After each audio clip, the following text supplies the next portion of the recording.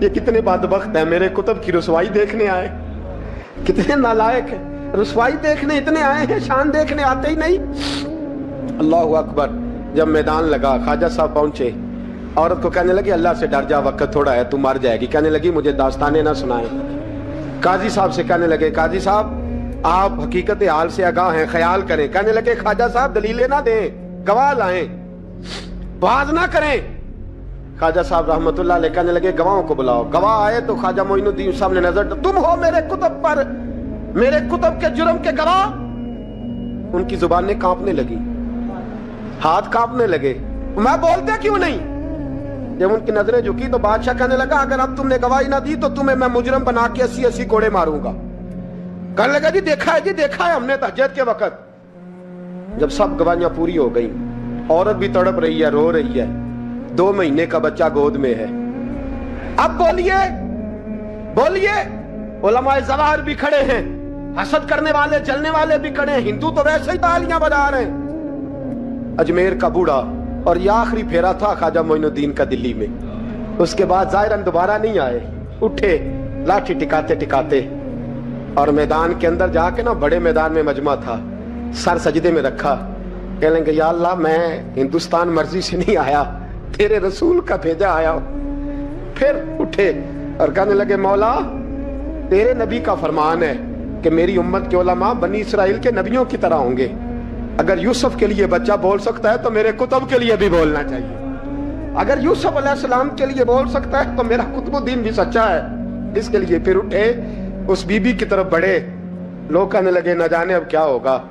جب اجمیر کے بادشاہ نے، عطا رسول نے، ہند الولی نے، امام الاولیاء نے کپڑا کھینچا اور کہنے لگے وہ بچے تو جانتا ہے نا تیرا باپ کون ہے، 2 مہینے کا بچہ۔